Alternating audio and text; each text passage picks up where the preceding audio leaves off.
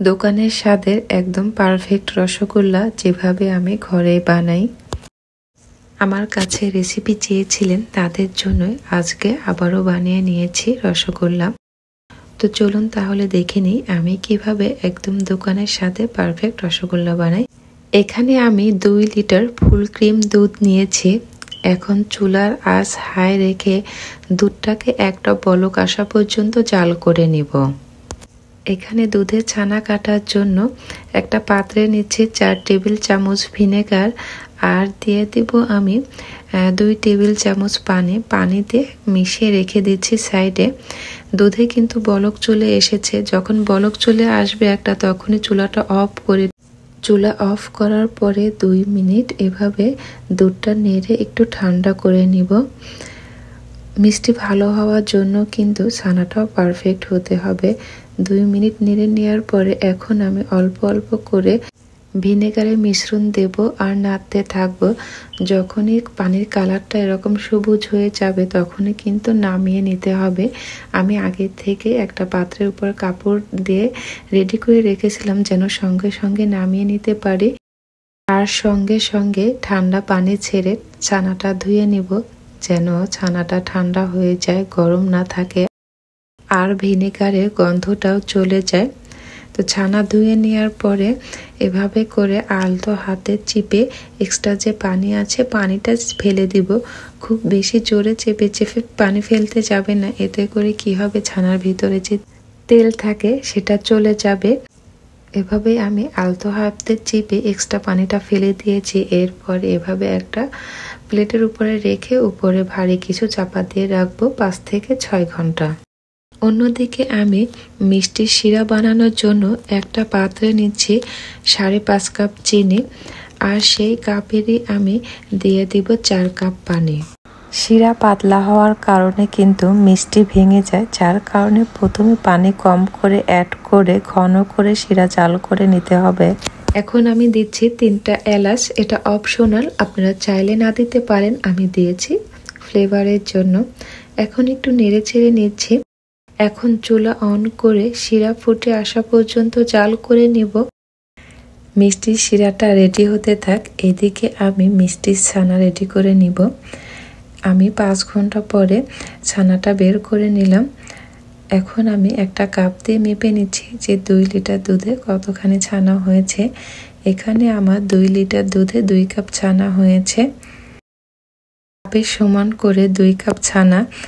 এখন আমি রেডি করে নিচ্ছি শুকনো উপকরণগুলো। এখানে আমি নিচ্ছি ময়দা, আমি নিচ্ছি 4 চামচ, 1 কাপের জন্য 2 চামচ করে নিয়েছি।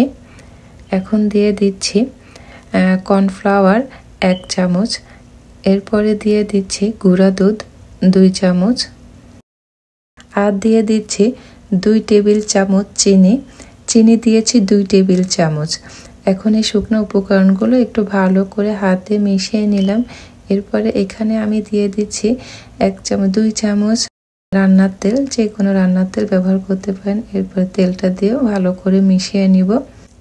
আমি কিন্তু এই মিষ্টির জন্য বেকিং পাউডার ব্যবহার করে নাই। এখন আমি প্রথমেই শুধু ছানাগুলো মথে নিচ্ছি। এখানে কিন্তু যে মিশ্রণটা রেডি করে নিয়েছি এটা প্রথমেই দেব না, কিছু সময় মথে নেওয়ার পরে তারপরে দেব।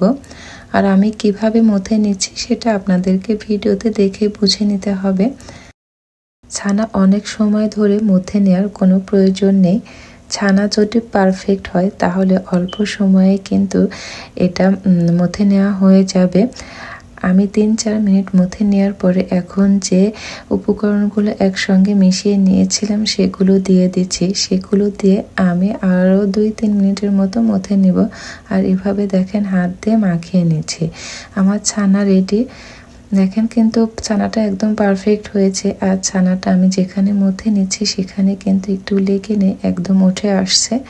এখন এভাবে আমি লেচির মতো করে নিয়ে একটা নাইফ দিয়ে কেটে নিচ্ছি, এতে করে মিষ্টিগুলো সমান হবে। আমি কিন্তু মোট 6 মিনিটের মতো ছানাটা মথে নিয়েছি। এখন আমি হাতে একটু তেল লাগিয়ে নিয়ে একটা করে লেচি নিয়ে এভাবে গোল গোল বলের মতো করে বানিয়ে নিচ্ছি। মিষ্টিগুলো বানিয়ে নেওয়ার সময় খেয়াল রাখতে হবে এগুলো যেন মসৃণ হয়, গাটা যেন তেলতেলা হয়, তাহলে মিষ্টিগুলো সুন্দর মসৃণ হবে। আর এইদিকে মিষ্টির যে রস বানিয়ে নিয়েছিলাম সেটা কিন্তু বলক চলে এসেছে। এখন আমি সবগুলো মিষ্টি একে একে দিয়ে দিচ্ছি। আর এই মিষ্টি বানানোর সময় চুলার আঁচ প্রথম থেকে শেষ পর্যন্ত আমি হাইয়ে রেখে জাল করে নিয়েছি। মিষ্টি দেওয়ার পরে ঢাকনা দিয়ে দিলাম। এরপরে আমি 5 মিনিট পরে ঢাকনাটা তুলে একটু নেড়ে দিচ্ছি। নেড়ে দিয়ে আবারও ঢাকনা দিয়ে ঢেকে দিব। এখানে আমি পানির কেটলিতে পানি গরম করে নিচ্ছি। আর এই পানি আমি মিষ্টিতে ব্যবহার করব। যখন মিষ্টির শিরা ঘন হয়ে আসবে তখন আমি গরম পানি ব্যবহার করব। আবারও 2-3 মিনিট পরে ঢাকনাটা তুলে নেড়ে দিচ্ছি। এভাবে আমি কিছু সময় পর পর ঢাকনা তুলে নেড়ে দিচ্ছি। এতে করে মিষ্টিগুলো একটার সঙ্গে একটা লেগে যাবে না, আর চারদিক থেকে পারফেক্টভাবে রান্না হবে। প্রথম 10 মিনিট আমি কোনো পানি না দিয়ে রান্না করে নিয়েছি। আর এই সময়ের মধ্যে কিন্তু মিষ্টিগুলো খুব সুন্দর ফুলে উঠেছে। এখন আমি পানি দিয়ে দিচ্ছি 1/2 কাপ। আর এই চামচে 3 চামচ পানি দিলে 1/2 কাপ পানি হয়। আমি 3 চামচ পানি অ্যাড করে দিয়ে এরপরে একবার নেড়ে দিচ্ছি। আমি কিন্তু কিছু সময় পর পরে ঢাকনাটা তুলে নেড়ে দিচ্ছি। একবারে 1 কাপ পানি অ্যাড না করে আমি 1/2 কাপ করে পানি অ্যাড করছি। 3 মিনিট পর পরেই কিন্তু আমি পানি অ্যাড করছি। এই যে আবারও পানি দিয়ে দিচ্ছি 1/2 কাপ পরিমাণ। আর পানিটা কিন্তু অবশ্যই ফুটন্ত গরম পানি দিতে হবে। আর পানি দেওয়ার পরে কিন্তু একবার নেড়ে মিশিয়ে দিচ্ছি। এরপরে আবারও ঢাকনা দিয়ে ঢেকে দিচ্ছি। আর শিরাটা যদি উপরের দিকে চলে আসে তাহলে ঢাকনাটা একটু উপর করে তুলে নিলে আবার শিরাটা নিচে নেমে যাবে। যখন দেখবেন যে মিষ্টিগুলো নিচে আছে এবং উপরে যে ফেনাগুলো উপরের দিকে চলে আসছে, তখন বুঝতে হবে যে শিরা ঘন হয়ে গিয়েছে। আর তখনই পানি অ্যাড করতে হবে। আমি 3 মিনিট পর পরেই শিরায় পানি অ্যাড করেছি 1/2 কাপ করে। রস মিষ্টি আমি কিছুদিন আগেও আমার মেয়ের জন্মদিনে বানিয়েছিলাম। সেখানে এসে সবাই খেয়ে খুব প্রশংসা করেছে। আর তারা বলেছে যে একদম দোকানের মতো হয়েছে এবং আমার কাছে রেসিপিও চেয়েছেন, অনলাইনেও চেয়েছেন। আজকে কিন্তু আমি আবারও তাদের জন্য বানিয়েছি। তো এভাবেই আমি 1/2 কাপ করে 3 মিনিট পর পর মিষ্টিতে পানি অ্যাড করেছি। মিষ্টির শিরার ঘনত্ব দেখে 2-3 মিনিট পর পরেই কিন্তু পানি অ্যাড করতে হবে। শিরা যদি ঘন হয়ে যায় তাহলে মিষ্টি শক্ত হয়ে যাবে। এজন্য পানি অ্যাড করে শিরাটা পাতলা রাখতে হবে। একটা মিষ্টি নিয়ে চেক করে নিয়েছি যে মিষ্টিটা হয়েছে কিনা। দেখেন মিষ্টি পানির নিচে অর্থাৎ পাত্রের তলায় কিন্তু লেগে আছে, অর্থাৎ মিষ্টিটা পারফেক্ট হয়েছে।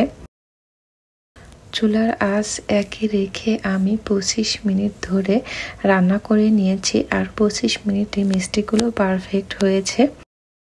আমি চেক করে নিয়েছি, সেটা আপনারা দেখেছেন। আর এই যে এখন একটু দেখেন কতটা সফট হয়েছে। আর এভাবে মিষ্টি কিন্তু যে কেউই সহজেই বানিয়ে নিতে পারবে। আমি কিন্তু চুলাটা অফ করে দিয়েছি। এরপরে এখানে আমি আরও 1/2 কাপ পানি অ্যাড করে দিলাম। এখন একবার নেড়ে নিয়ে এটাকে আমি ঢাকনা ছাড়াই রেখে দিব কিছু সময়। যখন ঠান্ডা হয়ে যাবে তখন আবার ঢাকনা দিয়ে রেখে দিব। মিষ্টিগুলো আমি সারা রাত এভাবে শিরাতে রেখে দিয়েছিলাম। এখন আমি মিষ্টিগুলো আপনাদের সার্ভ করে দেখিয়ে দিচ্ছি। মিষ্টির শেপ গোল রাখার জন্য পাতিলের সাইজ পারফেক্ট নিতে হবে। পাতিল যদি বেশি বড় হয় তাহলে জায়গা পেয়ে মিষ্টিগুলো চ্যাপ্টা হয়ে যাবে। আমি যেভাবে পারফেক্ট রসগোল্লা দোকানের স্বাদে বাসায় বানিয়ে নিই সেটাই আজকে আপনাদের সঙ্গে শেয়ার করলাম। দেখার পরে আপনাদের কাছে কেমন লেগেছে সেটা কমেন্টে জানাতে ভুলবেন না। আর আপনারা যদি বাসায় ট্রাই করেন তাহলে অবশ্যই আমাকে জানাবেন কেমন হয়েছে। আজকের ভিডিওটি এই পর্যন্তই। আল্লাহ হাফেজ।